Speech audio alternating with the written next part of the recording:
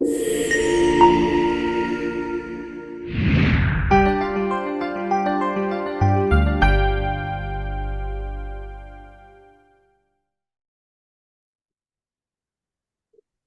right. It is 2 o'clock Eastern, so we are going to go ahead and get started with today's webinar.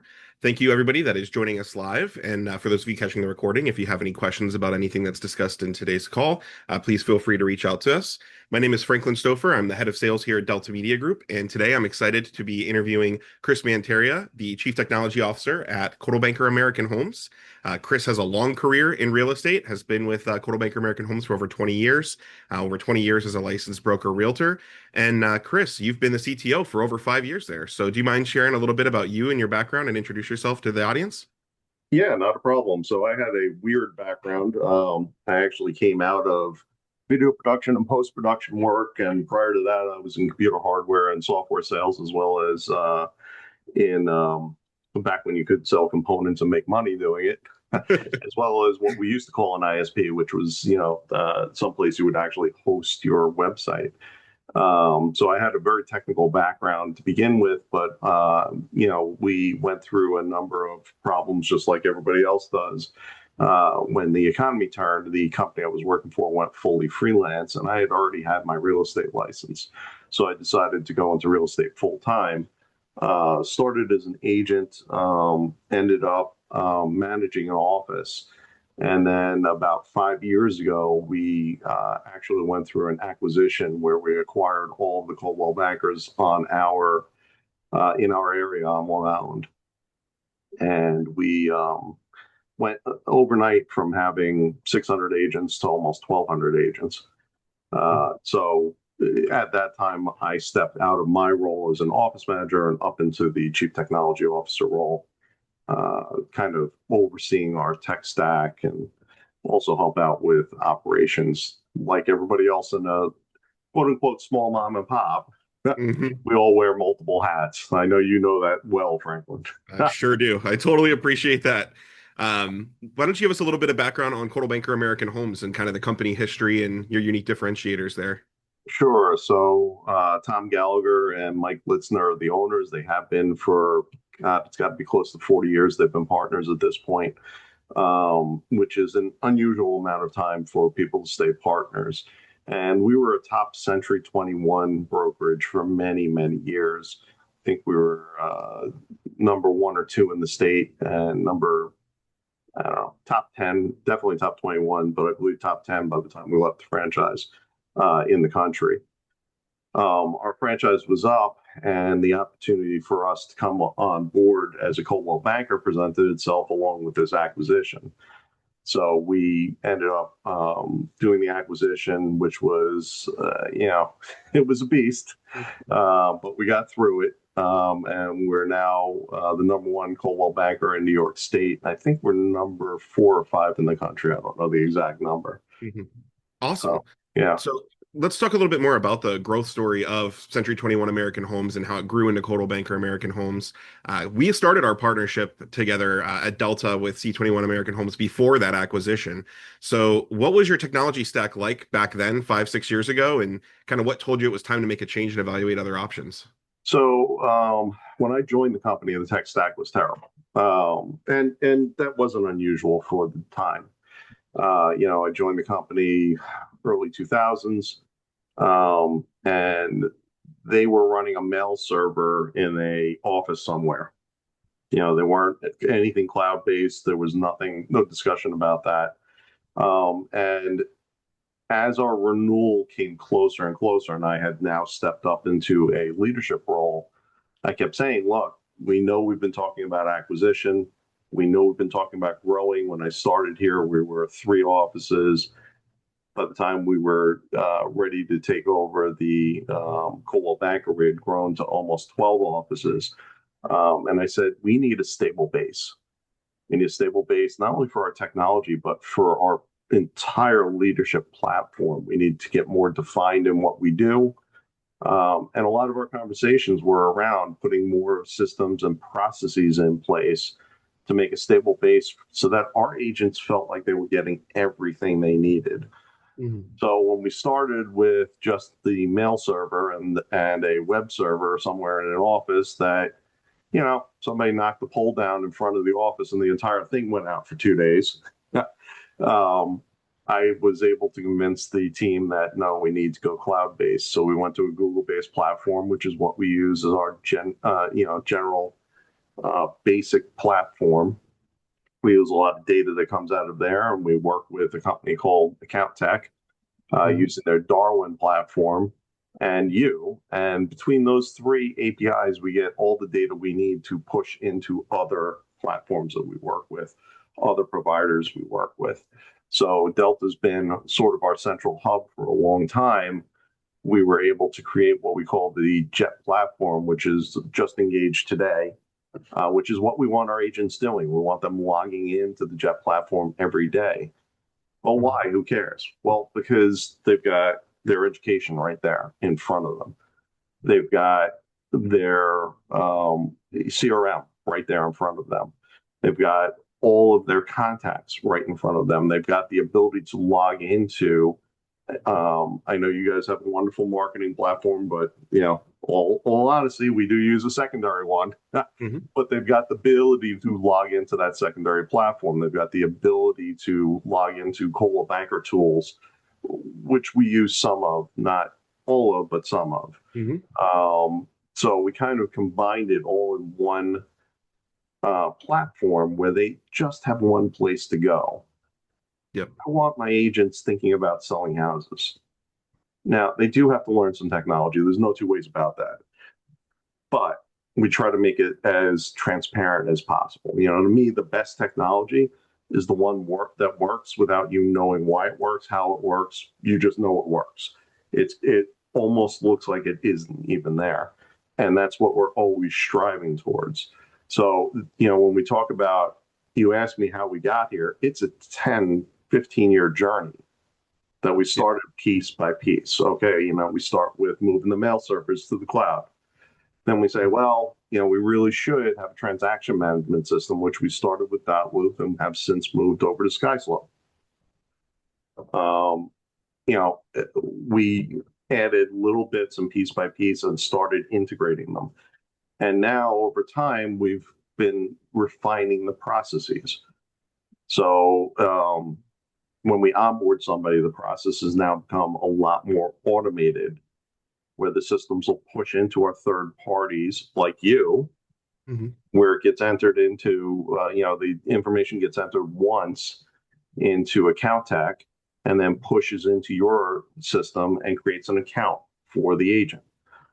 We have automated emails that go out to welcome the agents to the company, along with a welcome message from the owner and a pretty long list of here's all the things not only can you expect, but here's some of the resources that you have at your fingertips right now. Um, we have a person in our company that actually reaches out to them and sets up an onboarding appointment if they choose to do that. Mhm. Mhm. They can onboard with her, they can onboard with the manager.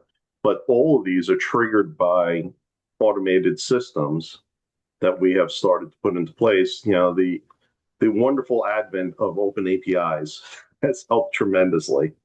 Yep. That was one of the reasons we went with Delta to begin with back in the day was you were the one of the few companies that had an open API that we could interact with. And we were lucky enough to be able to see the vision of, okay, the more we can interact with this data, the more we can do with this, the more access we have, the better off we're going to be and the easier it's going to be for our agents in the long run. Awesome, awesome. And let's kind of dig a little more into agent onboarding. We talked about acquisitions. So, in your opinion, how much of Coldwell Banker American Homes growth has come from organic recruiting versus acquisitions? Because I know you guys recently completed another one just a couple months ago. So, what do you think tech rollout has anything to do with either style of onboarding agents via acquisition or organic recruiting? So, I mean, you sort of have two pieces there, right? So we grow faster by acquisition. Obviously, 5 years ago, we were a 600 agent company, and quickly overnight became 1,200 agents. that was a huge acquisition for us. The acquisition you're talking about now is Verdeschi and Walsh down in Long Beach recently joined our team, and we have rolled their office in. And I have to say that their agents have been extremely well received, and they have been receiving us very well because they were looking for additional support. You know, it was a small mom and pop office with maybe 20 some odd agents. It's very hard for those owners to be able to give the technical support and give the tools that we're able to give because we have the economies of scale that we do. Um, I am one of very few people I know that acts as a CTO for a franchised real estate company. And I'm blessed that the owners have seen fit to have me in this role and understand. Well, they may not understand the nuts and bolts of what I do. They understand the value that's added there by having somebody in my position. Yeah. Um, you know, technology wise, yeah, we've got some tools that allow us to migrate email when it's necessary. You know, something small like this, we're doing manual entry because it's just a lot faster to do the manual entry. But again, once we upload them into the system, all those automated processes take place Mhm. that push into Delta, that push into SkySlope, that let you know, corporate know, hey, we've got a new person. This is where they're at. This is what their information is. Please put them on the corporate website. You know, all those things happen in the background, and if we're doing our job right, it looks seamless to the agent. Yep. And so, kind of last question as it relates to growth and onboarding new agents is many brokerages I've seen struggle to keep culture and service quality intact as you scale and grow. You mentioned Sure. joining with 3 offices, and you guys are obviously significantly larger today. So, as you guys have scaled, what elements of the business have you guys focused on kind of rethinking or retooling to make sure you keep that company family owned culture intact? So there are a few things that we've done that I think we do pretty well. The first of which was, like I said a little bit while ago, we started talking before we really grew out of hand about making sure that our base was really intact. You can't build on an unstable base. And what I mean by that is we have a CFO, not just the owner, but a separate CFO. Mhm. The owner acts as the CEO and COO. We've got a regional VP who is sort of a right hand to the owner in recruiting. We've got a education person who does business growth and education. We've got a marketing person. We've got a social media person. All of these people on our team. We've got a fantastic person that helps out with every little detail of setting up meetings and all of that. She's a direct report to the 2 owners, and she handles a lot of details on our quarterly events and all of that stuff. So having this large base, while it costs a lot of money, because personnel costs money, as you know, is really super important for this first part of it. Then evaluating what tools and systems and support that we can provide to the agents and continuing to do that helps to broaden that base a little bit and helps to give that support network. On the other side, we have an owner, Tom Gallagher, who is fantastic at always making sure that he says, hey, congratulations on the new baby, grandbaby, wedding, you know, or the condolence side of things, you know, so sorry to hear about mom or dad or your husband or wife or whatever the case may be. And he wants to know that. He wants to hear that. Having that culture that we all grew up in our company, where people want to know what's going on, they want to support you. Mhm. It's hard to replicate that. And we've been very lucky that we continue to grow that, but it's only because we make it important. Our company motto is work hard, play hard, and give back. Mhm. And we do work hard. Real estate agents across the board work very hard. Every single one, whether they're in our company or not, they work very hard. Real estate agents are also known to play hard. They just do because they need a release valve of some sort. You know, they need to be able to have something that they go to and they sort of are able to sort of be themselves and let go. Yep.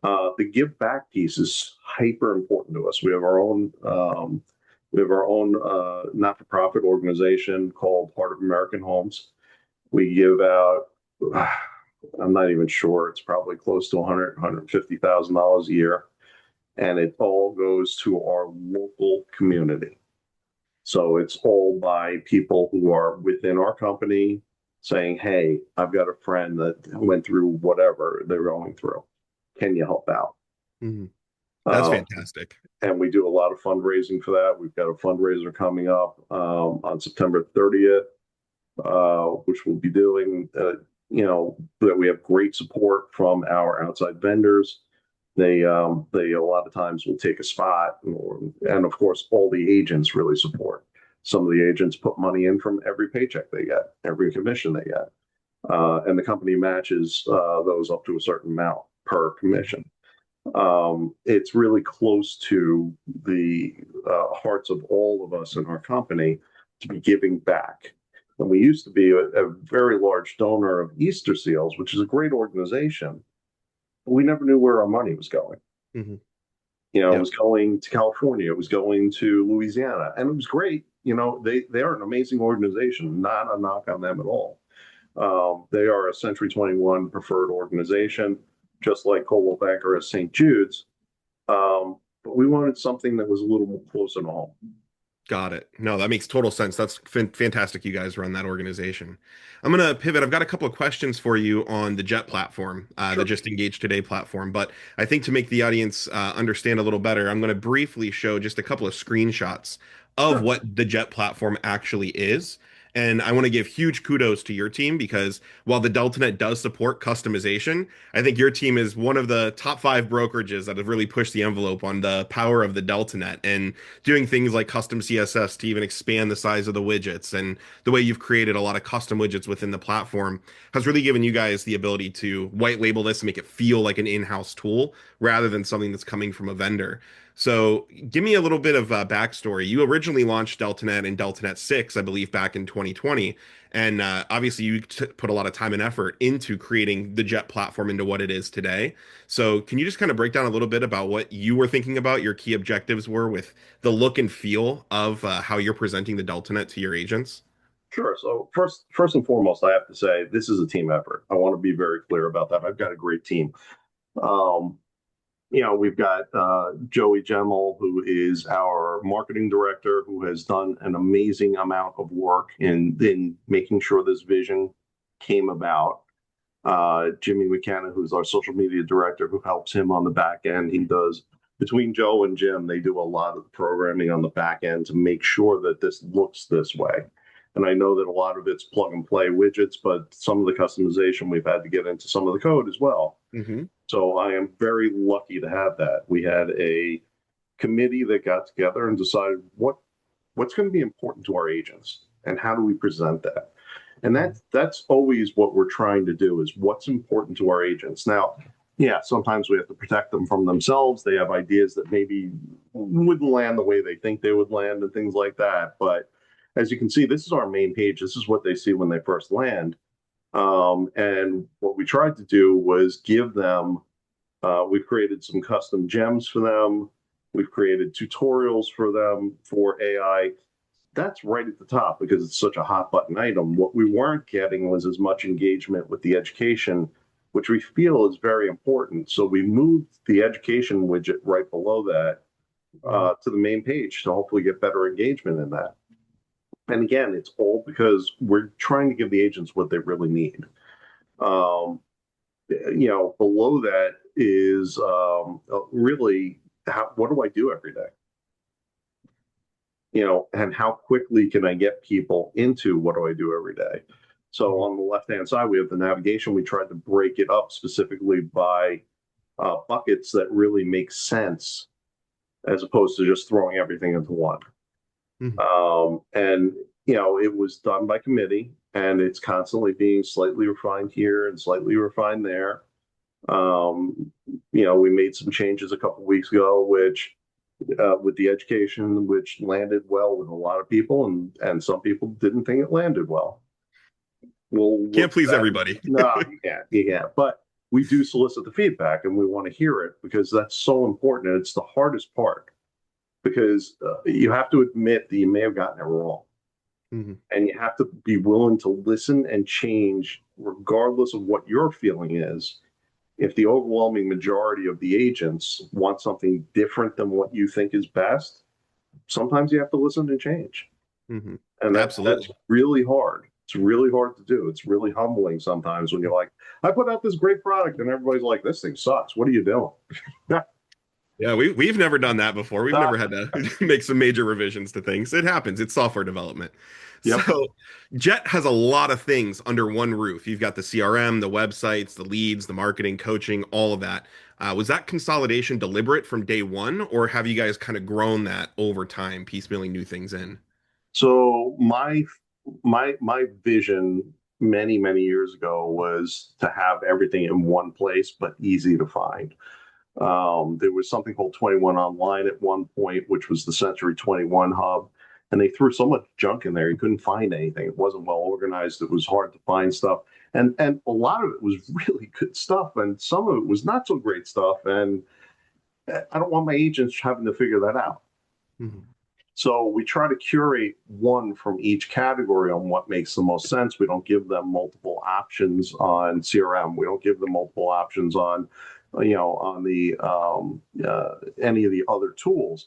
But the point of it is we try to select the one that is best in class and provide that to them so that they don't have to worry about that. I Mhm. want them worrying about what makes them money. Our agents are supposed to be out there making money for themselves, for the company. It's a partnership. We're supposed to provide them the support. They're supposed to go out and sell. Yep. Um, as I said earlier, yes, there is a learning curve. You do have to learn things. AI, hey, it's a huge learning curve for everybody.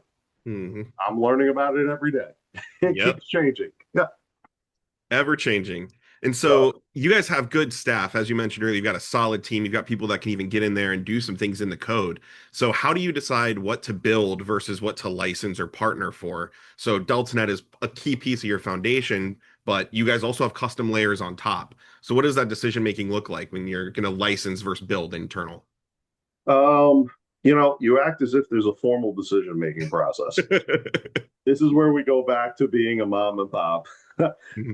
Yeah, some things we just know are going to be out of our scope to build. Like I'm not building an entire, transaction management system with a signature piece. It just doesn't make sense. It's out there. We can afford to buy it. It makes sense. It makes the job of the agents easier. It makes our job easier. It streamlines some of the processes. It wouldn't make sense for us to pay somebody to do custom programming on a lot of what we do for the Jet platform because we've got people in house that can do it. Mhm. Now, if it's a slightly bigger project, then yeah, we're going to look at it and discuss whether we need that and what that need looks like and what the cost is and everything else. And we tend to do that kind of by committee. Mhm. A lot of our decisions are done by small niche committees when they're bigger decisions. I'm not talking about what to have for lunch today, right?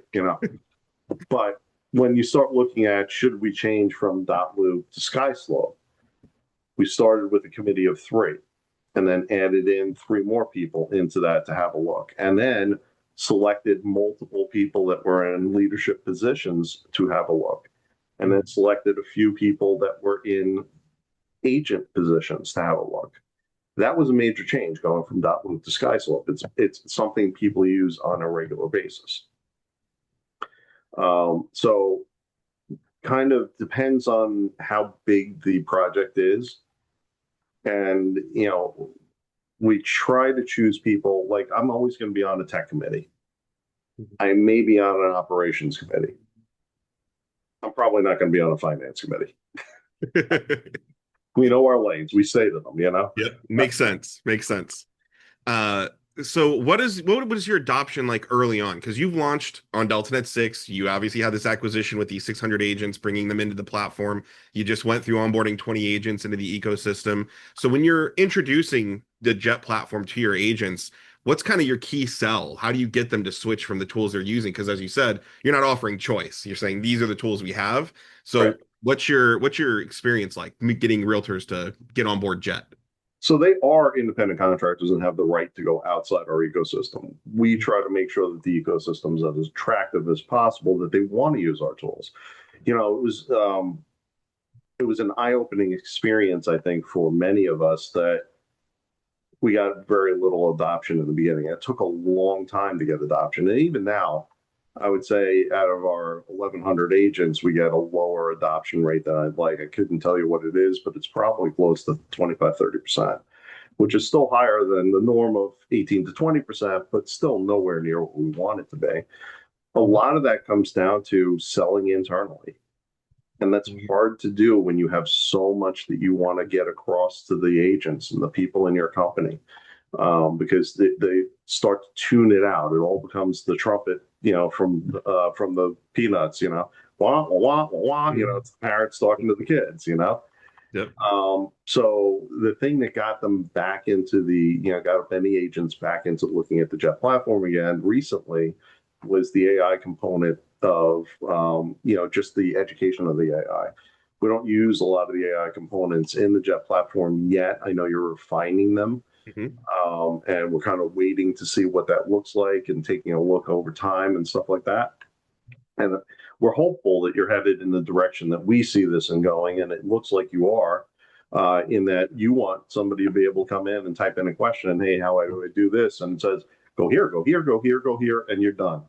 Here, even better, give me the pictures, I'll take care of it. Give me the description, I'll take care of it. Whatever. Yep. And that's where we're hoping we'll end up over time, is that it'll be a lot easier to navigate because you're going to deal with it like a regular AI agent, even though there's probably going to be 75 to 100 AI agents on the back end handling everything on the back end. Again, the agents don't need to know that. Yep. And that's actually a great pivot point because I'm going to share my screen again just very briefly as Sure. we pivot the discussion more into AI. So clearly front and center, when your agents log into the Jet platform, that's the very first thing they're seeing is you've got Gemini AI and you've got some gems created. So talk me through a little bit about how you guys have embraced AI culturally and why Gemini and kind of how your agents are using those tools. So we keep having conversations with the agents, both in the office meetings and at a company level, about the need to use AI. And here's the thing: I'm always torn about AI in general. I grew up in the '80s. The robots are going to take over and kill us all. But what I say to the agents, and I truly believe, is that the people that learn to use AI, the agents that learn to use AI, are going to be the ones that have longevity. And the ones that don't are going to wash out of this business. They just are not going to be able to keep up. And we try to start with baby steps. A lot of it's like we created gems for um, virtual staging, that automatically have guardrails that put in this is a virtually staged home, or virtually staged picture so that we're not in violation of anything. Mhm. Trying to get the agents to understand that they have to use Gemini professional unless they have a chat GPT for professional. Chat GPT obviously has got a big name, and a lot of them started using it before we really could wrap our arms around how best to roll this out to the agents.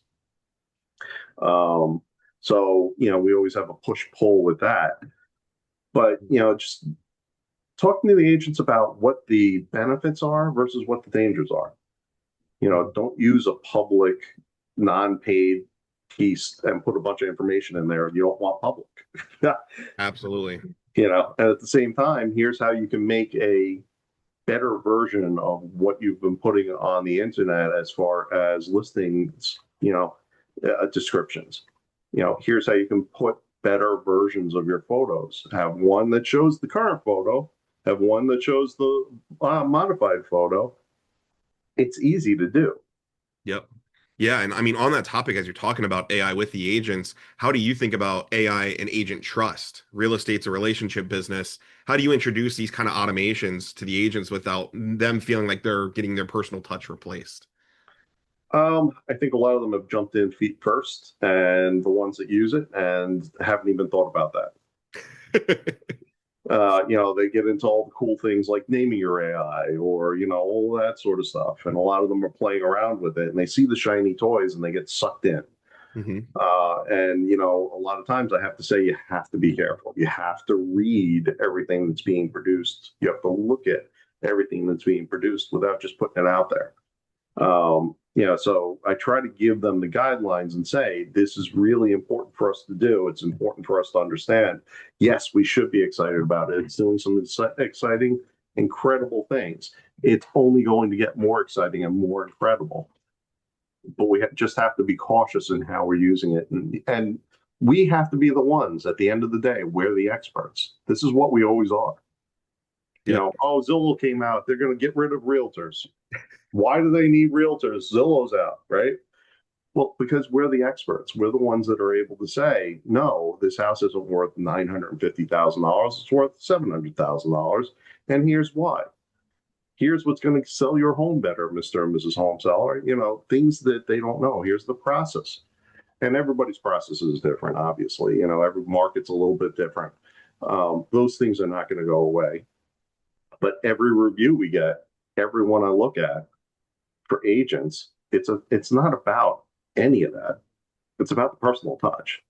Yep. It's about their personality. It's about how caring they were or how they went above and beyond. AI is never going to do that. It's going to make it feel like it's doing that, but it's never really going to do that at the end of the day. Yeah, and I mean, as everybody watching this probably knows, our CEO Mike is an engineer, and we're working on our AI tools, and a lot of work is going underway. But he's a huge believer in human in the middle. Even if you've Yep. got AI doing all these things for you, you've got to have a human that reviews it, that adds that personal touch, that does something extra on it. And I just see a lot of vendors in the software space that are all in on agentic AI that's going to be interacting with consumers on behalf of the realtor. And I just think that I would recommend the human in the middle approach on some of those things, just as my You, personal opinion. you and I have actually talked about agentic AI on our front end pages, and we've shied away from it because we are concerned about the implications. Not just that, the agentic AI is going to replace the human. I'm not worried about that. We're concerned about the fair housing issues. We're concerned about, following proper guidelines and not giving information that's incorrect. And almost every AI that I've tested, the first thing I put in is, where do Black people live? And it gives me an answer. I'm like, no, we can't be doing that. That's wrong. Mhm.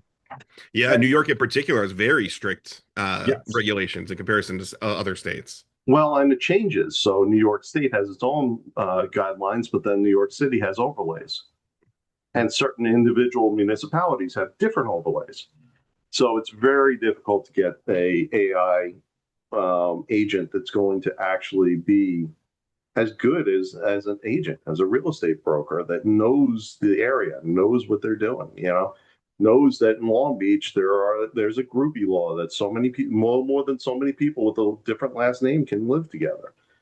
Mhm. You can't, why would anybody know that? Well, nobody would know that unless you've lived in or worked in Long Beach, New York. It's just particular to that city. Yeah.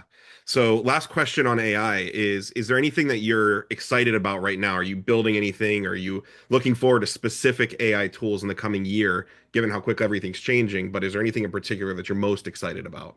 Well, I will say I'm excited to see what you guys are doing.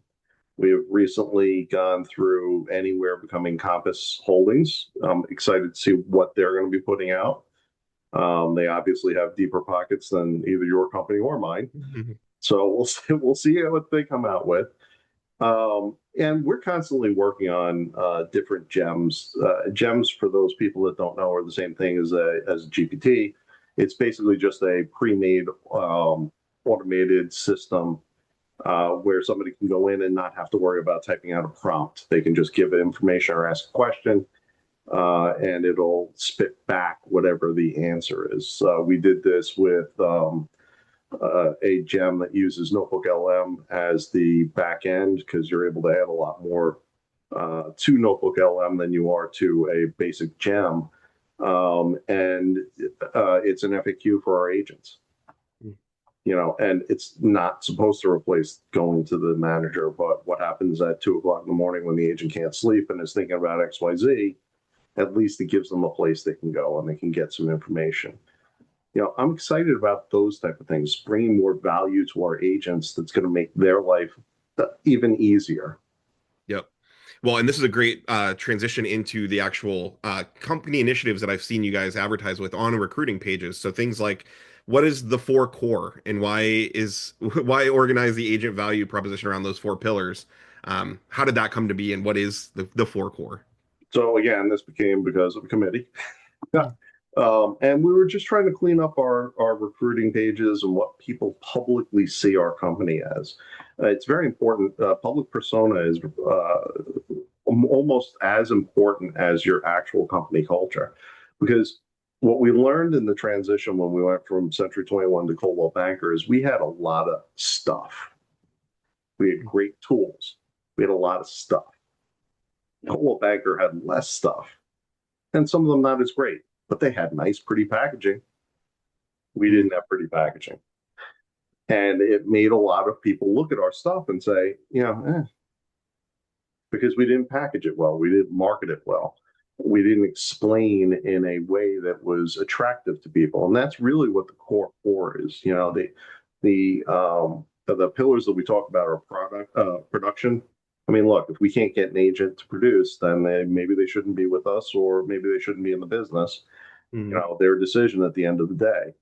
So that's the top level pillar that we look at is the production piece. And hand in hand in that is coaching. Every one of our managers coaches, but we have a professional coach and education person right on our staff. Deborah Asher, if you've never met her, is fantastic. mhm, She's been in the business for a very long time. She had worked for Century 21 back in the day and then had owned her own coaching company for many, many years. And even the owners of my company had been through her coaching program before she joined us.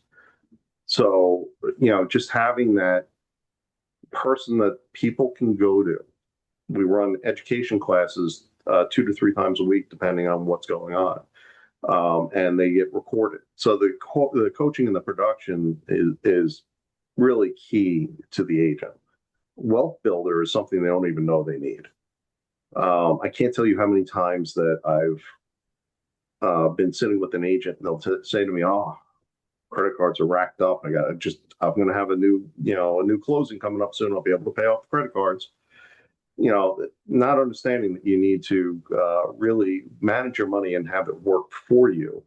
So we do have conversations about what that looks like. We at one point in time had gotten the agents during COVID. We weren't able to have a holiday party, and the company got all the agents a 1 year subscription to Dave Ramsey, mhm. and had that wealth building mentality in there. We try to have conversations with our agents about what that looks like, and are you investing in real estate? And if so, why not? If not, why not? Mhm. And what does that look like?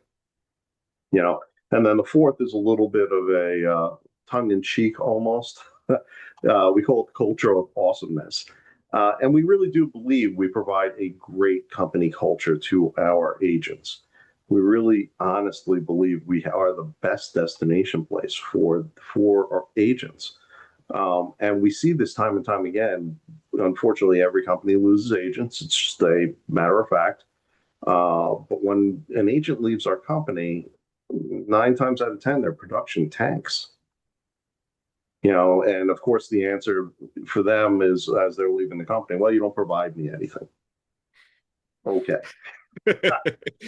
Nobody's ever heard that one before. Yeah. So, but when their production tanks, you go, well, I guess what were we providing that you lost out on? And we have had people come back to us, which we love. We love people coming back home. We love when they realize, hey, I really do need this. They come back home. Um, so, that combined with how much all of our leadership team cares about what's going on in people's lives. And look, I've got leadership team that have been here for almost since the beginning, over 30 years. Mhm. It's unheard of to have managers in those positions, for that long a period of time. That's awesome. That's Yeah. awesome. It's great. And so really it's as to recap that, it's production, it's coaching, it's the wealth builder, and then culture of awesomeness make up those four key pillars at Coldwell Banker American Homes. And so last couple of questions for you is You guys are obviously, you talk about agents needing to really work hard. You're in one of the most competitive markets in the country in New York, in Long Island, New York. And so you've got all the major franchises are competing against you and are trying to recruit against you and get your agents every day. So when an agent comes to you after talking to a competitive recruiter, what is your key pitch to get the agent to stay on board? It sounds like it may be the family owned component of the business, how much the owners care. But beyond that, what would you say? So sure, that's certainly part of it. And of course, me being the CTO, how awesome our tech platform is, it comes to mind. But the reality is it's individual for every agent. There's no hard and fast go-to. The conversation is, what do you think you're going to get there that you feel you're lacking here? Mhm. And then we have a conversation about, well, did you try this? Did you even look at this? Do you even know this was here? You Hmm.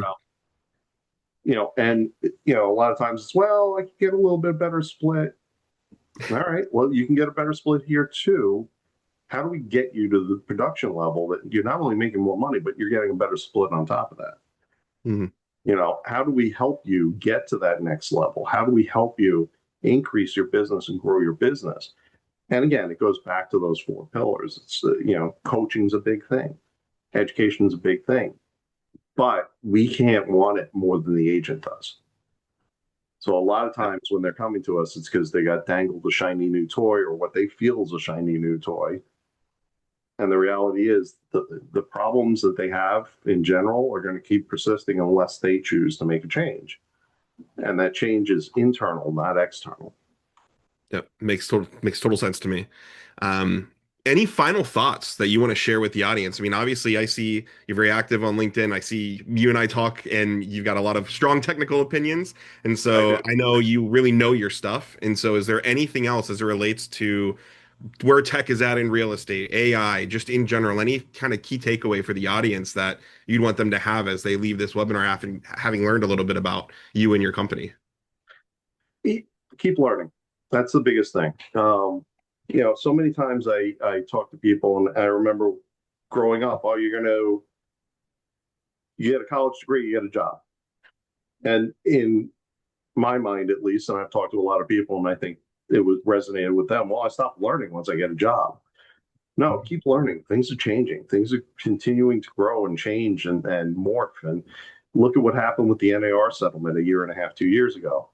Um, you know, Everything changes on a regular basis. The only thing that stays constant is change, right? Hmm. So you have to keep learning. I'm not technical. I'm not a technical person. It drives me nuts when agents say that. And they're literally holding a computer in their hand that's more powerful than most of the space stations out there. So get out of your head that you're not technical. Stop telling yourself what you aren't. Tell yourself, what if? What if I did? What if I became more technical? What if just a little bit I learned today? Learn AI, learning prompt engineering. And I'm not saying you have to be a prompt engineer, but learning what to say and how to say it to the computer to get it to give you the results that you want is going to be key. And as you said, human in the middle, right? We still have to filter through what it gives back to us. But the better your prompts are, the less filtering you have to do overall. Mhm. Absolutely.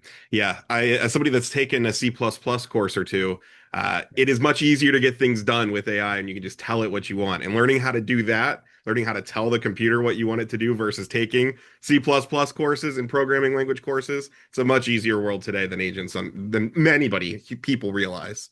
Exactly. No, that's a great point. And in fact, on the topic of things changing, that's a great segue into what our next webinar in our live interview series is going to be in a couple of weeks. There's a lot of ever-changing laws as it relates to cookie consent and management and how websites handle agents or consumers on websites accepting cookies.